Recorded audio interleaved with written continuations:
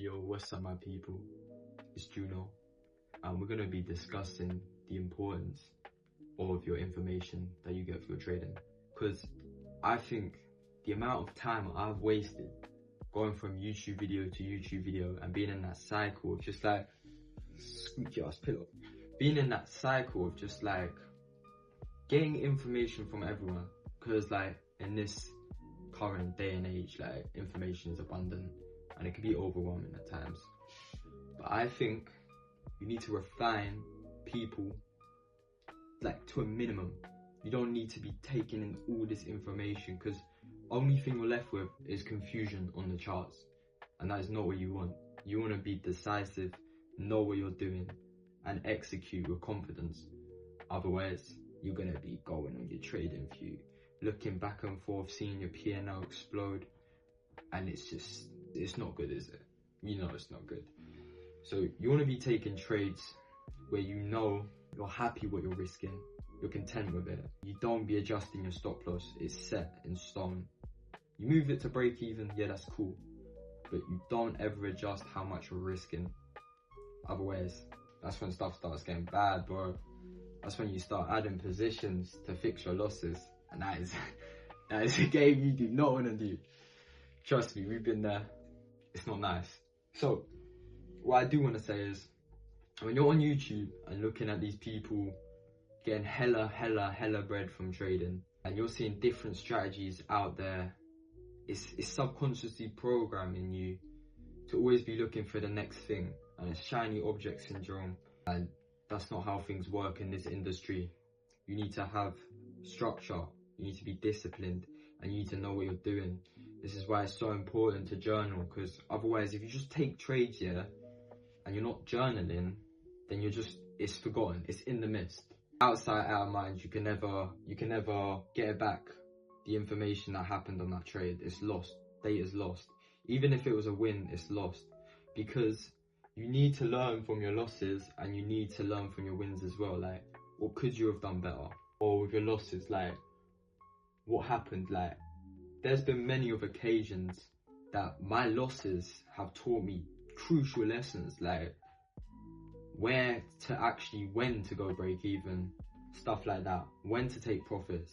But you just need to have a concrete base of what you need to do when you get onto the charts, and you shouldn't be swerving and doing different things each day. Make it nice and set, make it set, because when you have this collection of a plan and you actually start integrating it day in, day out, you start to build all this data that is useful data, primary research straight on the charts, getting experience in and out. And this is what builds you as a trader, instead of just hopping on with no clue, entering positions, not journaling. Like, how do you expect to get better? And I've been through stages like that, and it's a waste of time. So I've been trading for like a year and a half. 6 months I've actually been on an actual plan, and through those 6 months I've been learning so much. Like, the growth has been abundant because I'm actually putting in the true effort, and I think that's important to like recognize. So when you're on the charts, you should be always doing it with a purpose, not just doing it willy-nilly. It's bullshit. This is a business. You gotta know how to run it, because it's you who's in charge of when you click down, and that then entails if you win or lose money. So it's so important to come in there clear-minded, refreshed. Have the plan the day before also very much helps. Me and plenty of other traders I know, preparation is key. Otherwise, if you're hopping on the market on the same day, trying to find your targets, your TPs, trying to set your trade, it's like you have less confidence in it, because you know you didn't plan it, you're just going into it, and it's impulsive. And impulsive gets you roasted in these markets. Like, you don't want that.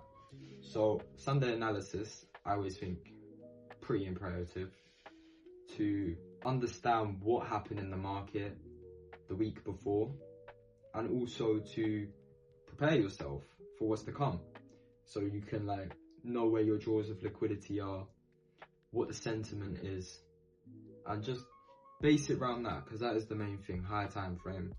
You don't want to just be a lower time frame freak on the 1 minute, trying to set your trades on that. Like, no. Because watch when you get smacked by a 70 pip candle and your stop loss is gone, bro. Because these markets are volatile, but on the other side of volatility is opportunity. So just to get a synopsis of this, have a strategy that works for you, test it, back test it before forward testing it, and then get it funded.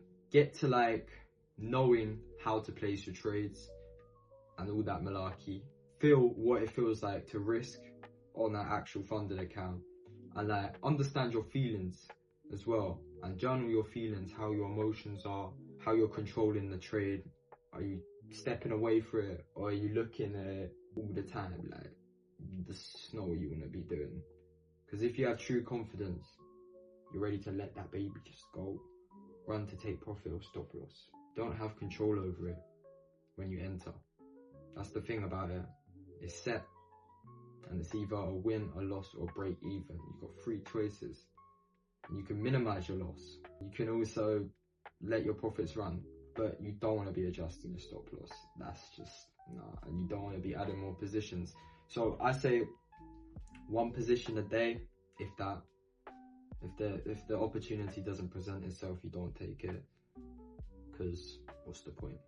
What is the point? What's the point in risking in something that you intrinsically know that it's not going to work out? There's no point.